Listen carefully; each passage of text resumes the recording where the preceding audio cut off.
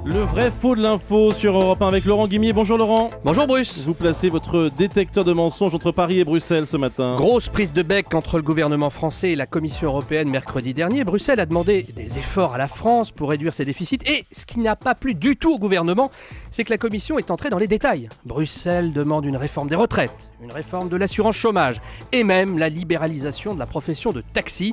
Faut pas pousser, Bruxelles va trop loin, dit le ministre du Travail Michel Sapin. La Commission est dans son rôle lorsqu'elle rappelle à la France la nécessité de diminuer les déficits, de maîtriser les dépenses. Donc, il n'appartient pas à la Commission de dicter à quelque gouvernement que ce soit dans le détail les mesures. Alors, le ministre du Travail accuse la Commission de Bruxelles de sortir de son rôle quand elle énonce la liste de réformes que la France doit faire. Vrai ou faux ?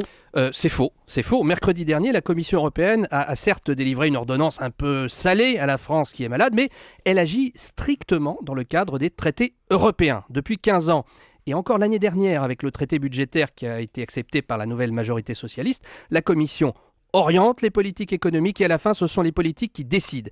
Qu'est-ce qui s'est passé mercredi ? Bruxelles a publié un catalogue de recommandations. Tout cela sera validé ou non par un sommet européen à la fin du mois de juin, avec les signatures au bas de la feuille de François Hollande et de son ministre de l'économie, Pierre Moscovici. Mais je le redis d'ailleurs, pas de surprise Bruce, article 7 du traité budgétaire de 2012, les pays en déficit s'engagent à appuyer les propositions ou recommandations soumises par la Commission européenne. Alors pourquoi le gouvernement s'est-il fâché aussi fort si tout est normal ? Il y a deux raisons. La première, elle est purement politicienne, c'est pas la plus intéressante. On montre les muscles à Bruxelles, ça calme un peu l'aile gauche de la majorité.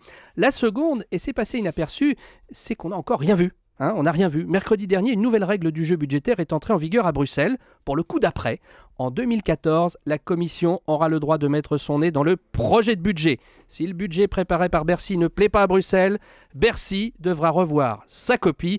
Et ça, je me dis qu'en France, on ne va pas forcément aimer. C'est le moins qu'on puisse dire. Merci beaucoup Laurent Guimier.